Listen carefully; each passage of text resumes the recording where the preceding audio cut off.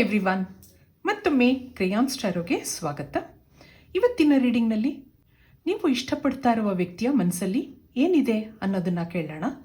ಇದೊಂದು candle wax reading ಆಗಿರುತ್ತೆ. ಯಾರು ಪ್ರತಿದಿನ ತಪ್ಪದೆ ನನ್ನ ವಿಡಿಯೋಸ್ ನೋಡ್ತಾ ಇದ್ದೀರಾ, ಕಮೆಂಟ್ಸ್ ಮಾಡ್ತಾ ಇದ್ದೀರಾ, ಸಬ್ಸ್ಕ್ರೈಬ್ ಮಾಡಿದ್ದೀರಾ, lot of thanks to you. ನೀವು ಒಂದು ನಿಮಿಷ ದೇವ್ರನ್ನ ನೆನೆಸ್ಕೊಳ್ಳಿ, ಹಾಗೆ ನಿಮ್ಮ ಮನಸ್ಸಲ್ಲಿರುವ ವ್ಯಕ್ತಿನೂ ನೆನೆಸ್ಕೊಳ್ಳಿ. ಒಳ್ಳೆ ಮನಸ್ಸಿಂದ ಅಂದರೆ ಪಾಸಿಟಿವ್ ಫೀಲಿಂಗ್ಸಿಂದ ರೀಡಿಂಗ್ನ ನೋಡೋಣ. ಏನೇ ಇರಬಹುದು, ಮುಂದೆ ಎಲ್ಲ ಒಳ್ಳೆಯದಾಗಲಿ ಅಂತ ಅಂದ್ಕೊಂಡು ರೀಡಿಂಗ್ ಶುರು ಮಾಡೋಣ. ಈಗ ಏನು ಬರುತ್ತೆ, ನೀವು ಇಷ್ಟಪಡ್ತಾ ಇರುವ ವ್ಯಕ್ತಿಯ ಮನಸ್ಸಲ್ಲಿ ಏನಿರಬಹುದು? ಪ್ಲೀಸ್ ಏಂಜಲ್ಸ್, ಯೂನಿವರ್ಸ್ ಗೈಡ್ ಮಾಡಿ.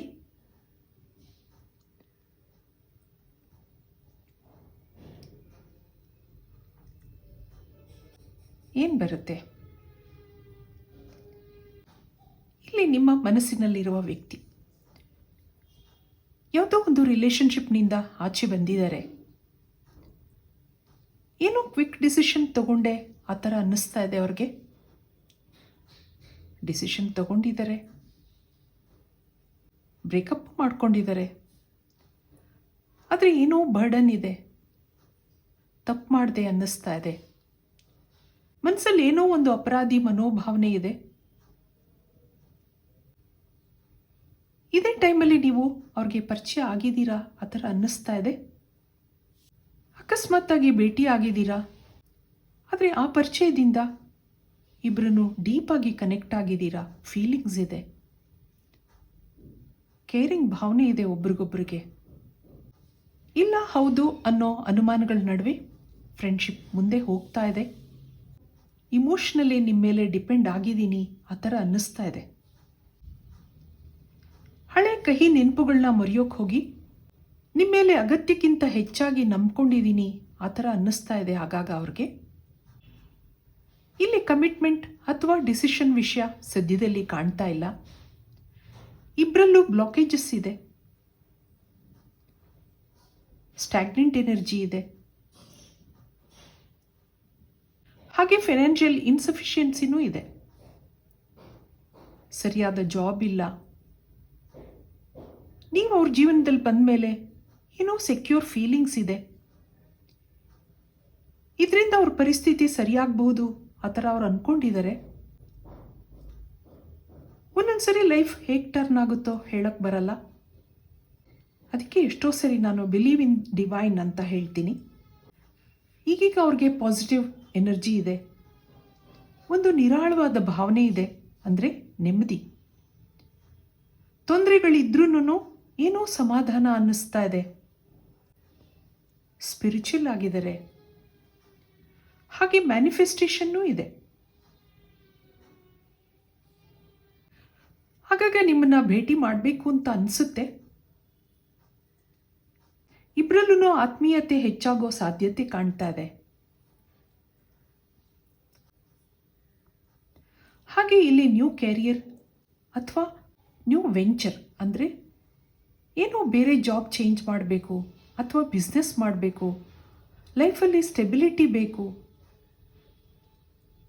ಏನಾದರೂ ಮಾಡಿ ಮುಂದುವರಿಬೇಕು ಅನ್ನೋ ಯೋಚನೆ ಕಾಣ್ತಾ ಇದೆ. ನಿಮ್ಮ ಹತ್ರ ಹೆಚ್ಚು ಏನು ಹೇಳ್ಕೊಳ್ಳಲ್ಲ, ಮನಸ್ಸು ಬಿಚ್ಚಿ ಅಂಥ ಏನು ಮಾತಾಡಲ್ಲ. ಆದ್ರೂ ಅದ್ರ ಬಗ್ಗೆ ಸ್ವಲ್ಪ ಸ್ವಲ್ಪ ಗೊತ್ತಾಗೋ ಥರ ನಿಮ್ಮಿಬ್ಬರಲ್ಲಿ ಮಾತುಕತೆಗಳು ನಡೆದಿದೆ. ಆ ಒಂದು ಎನರ್ಜಿ ಇಲ್ಲಿ ಬರ್ತಾ ಇದೆ. ಇಬ್ಬರಲ್ಲೂ ಅನ್ಯೋನ್ಯತೆ ಇದೆ. ಆ ಅನ್ಯೋನ್ಯತೆ, ಆತ್ಮೀಯತೆ ಮುಂದೆ ಹೆಚ್ಚಾಗೋ ಸಾಧ್ಯತೆ ಇದೆ ಆ ಥರ ಇಲ್ಲಿ ಅನ್ನಿಸ್ತಾ ಇದೆ ನನಗೆ. ಇದಕ್ಕೆ ಟ್ಯಾರೋ ಕಾರ್ಡ್ಸಿಂದ ಏನು ಬರುತ್ತೆ ನೋಡೋಣ.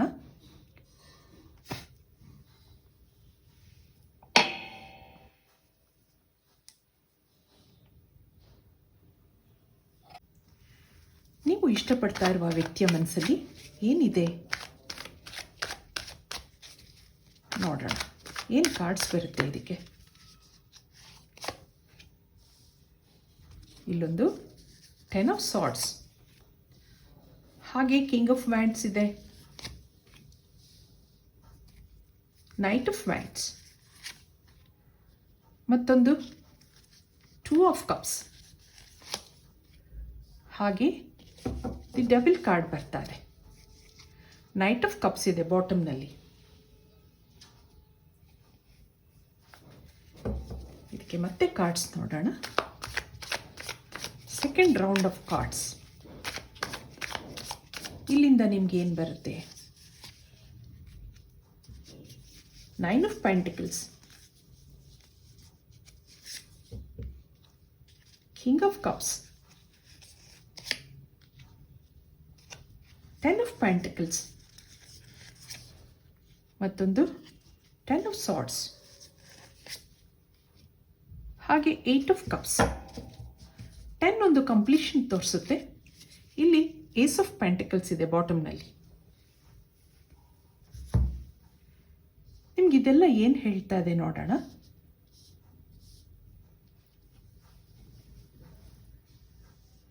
ಹಿಂದಿನ ಏನೋ ಕಹಿ ಭಾವನೆಗಳಿದೆ, ಬ್ರೇಕಪ್ ಮಾಡ್ಕೊಂಡಿದ್ದಾರೆ,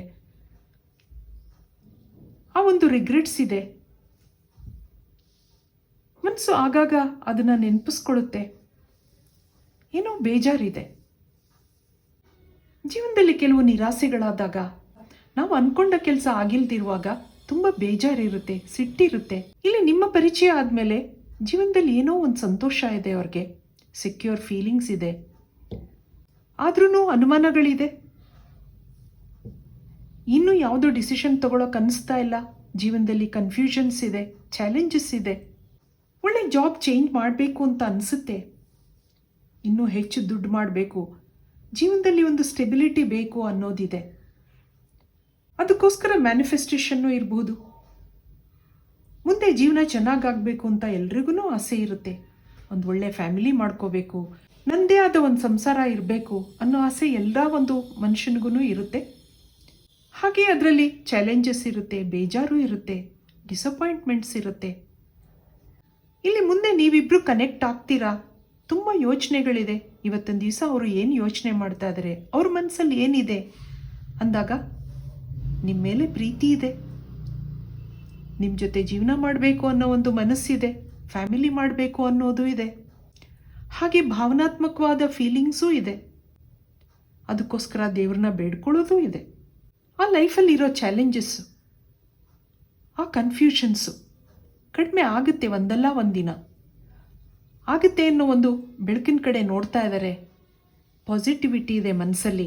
ಎಷ್ಟೋ ತೊಂದರೆಗಳಿದೆ, ಅಬ್ಸ್ಟಿಕಲ್ಸ್ ಇದೆ, ಆದ್ರೂ ಏನೋ ಸಮಾಧಾನ ಅನ್ನಿಸ್ತಾ ಇದೆ. ಮುಂದೆ ಎಲ್ಲ ಸರಿಯಾಗುತ್ತೆ ಅನ್ನೋ ಒಂದು ಪಾಸಿಟಿವ್ ಫೀಲಿಂಗ್ಸ್ ಇದೆ. ಇದಕ್ಕೆ ಫೈನಲ್ ಆಗಿ ಏಂಜಲ್ ಮೆಸೇಜಸ್ ನೋಡೋಣ.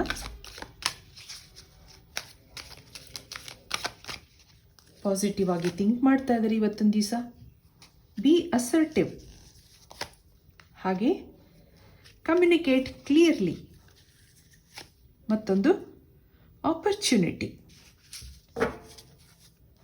ಇಲ್ಲಿ ನಾಟ್ ದಿ ರೈಟ್ ಟೈಮ್ ಅಂತ ಬರ್ತಾ ಇದೆ. ಅವ್ರ ಮನಸ್ಸಲ್ಲಿ ಇನ್ನೂ ಕಮಿಟ್ಮೆಂಟ್ ಆಗಲಿ, ನಿಮ್ಮ ಬಗ್ಗೆ ಒಂದು ಡಿಸಿಷನ್ ತಗೋಬೇಕು ಅನ್ನೋದಾಗಲಿ, ಅದಕ್ಕೆ ಒಂದು ಒಳ್ಳೆ ಸಮಯ ಅಲ್ಲ ಆ ಥರ ಅನ್ನಿಸಿದೆ ಅವ್ರಿಗೆ. ಆದರೆ ಅದಕ್ಕೆ ಇಲ್ಲಿ ಉತ್ತರಗಳು ಏನಿದೆ? B positive. ಕೂತು ಮಾತಾಡಿ, ಒಬ್ರಿಗೊಬ್ರಿಗೆ ಅಡ್ಜಸ್ಟ್ಮೆಂಟ್ಸ್ ಮಾಡ್ಕೊಳ್ಳಿ. ಆಪರ್ಚುನಿಟೀಸ್ ಬರುತ್ತೆ. ಅವರ ಒಂದು ನ್ಯೂ ಕೆರಿಯರ್ ಇರಬಹುದು, ಒಳ್ಳೆ ಆಪರ್ಚುನಿಟೀಸ್ ಇದೆ ಅಂತ ಹೇಳ್ತಾ ಇದೆ.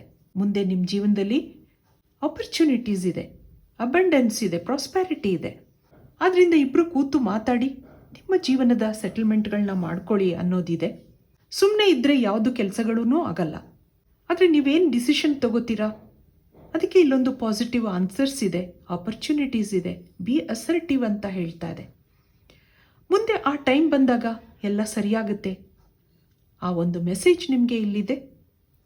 ಇದು ಇವತ್ತಿನ ರೀಡಿಂಗ್ ಆಗಿರುತ್ತೆ. ನನ್ನ ರೀಡಿಂಗ್ ಇಷ್ಟ ಆಗಿದ್ರೆ please like, share and subscribe. Be happy always.